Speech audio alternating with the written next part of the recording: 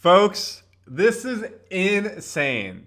I cannot believe this trade that the Warriors potentially, reportedly, are thinking about with the Sacramento Kings and the Detroit Pistons. Goldilocks the Three Bears. Strong, medium, weak. I feel like we get the weak end of this trade. It would be disrespectful to the Warriors fan base, to our team, to let this happen. Oh boy, like I am so disappointed if this is true. And Warriors NBC, or NBC Bay Area Warriors, is talking about it, and we got to show this to you. You're not going to believe it. But before we get into it, please subscribe to Warriors Digest for putting out 3-4 videos a day for you, keeping up to date on free agency, the lack of excitement, moves the Warriors are doing. Summer League is coming up, the trades, everything in between, and of course the new season. So please don't miss anything on Warriors Digest. We keep you up to date. So let's break down this trade, who's involved, the depth chart that comes with it, the players, their stats, and more. So as I mentioned, it's the Warriors, Kings, and Pistons.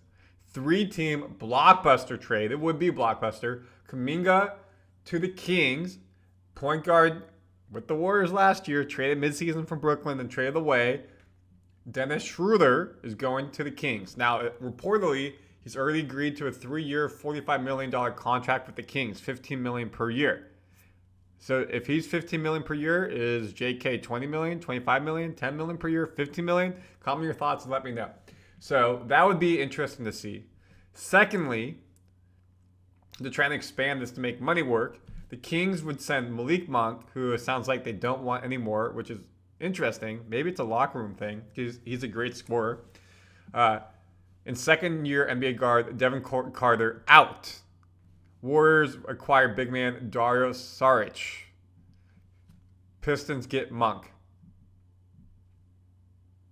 Sacramento would also send 2 second-rounders to Golden State. So, again, let's break this down a little bit deeper. I have a bunch of stuff. Don't go anywhere. Kuminga gone, and that's all you lose. No Moody, no BP. It's just Kuminga in the sign and trade, extending the qualifying offer. He either accepts it and then they trade him, or he gets a new deal. But Dennis is now going to the Kings. Carter would join the Warriors, but where would his minutes come? The 13th pick last year. We're going to break down how he did. You probably don't recognize the name, potentially. So the first thing, though, is the main player coming is Dario Saric, the former Warrior coming back to Golden State. He was a nice bench player for us, folks. Played 64 games. Nice bench player. If you forget how tall he is, another power forward, center type, 6'10", 31 years old. A little bit younger than our core. Never really averaged, or hasn't averaged over 10 points since 2020. Three-point shooting has gone down significantly over the years, especially last year. Did not play a lot in Denver, was just a bench role player. Now, is that the type of player who's going to win you a championship when you have a core of Draymond, Butler, Curry? You want to get a high scorer who can help out? Nope. I'd much rather have Malik Monk, someone who can come in and score off the bench, can make a couple threes, but really just that dog and can score, get to the basket. I know Monk's not the best defender, but you need presence. We have Quinten Post. You have TJD. No more center. Looney's gone. So you're just getting another power forward at center. What about Devin Carter? Let me zoom in for you. 6'2", 195. We already have plenty of point guards on this team. Didn't do a lot as a rookie in the league. 29% three-point shooter. 37% from the field. Blah. No, thank you. This isn't going to move the needle for the Warriors. And again, if you look at the roster we have right now, you have BP as the point guard. You have Steph as the point guard. If you look at Armstrong coming up from the G League, a two-way player, he can be back a point guard. Pat Spencer's still out there. I don't know, folks. I don't know. I don't really know. Now, again, when you look at Kuminga,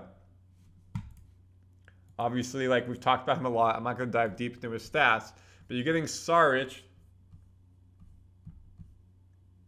and you're giving up this, which is double-digit points per game, playing guard.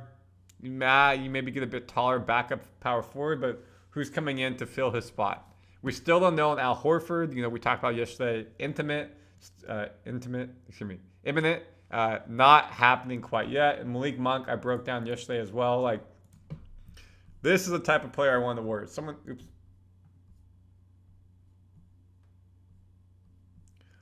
who can score.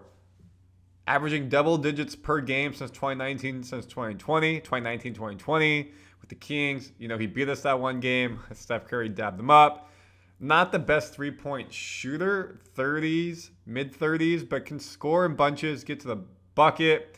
Nice role player for this team, can start when needed. This is the scoring punch we need. Curry comes out, Monk comes in. But no, we're going to get Sarich, Carter, and 2 second-round picks.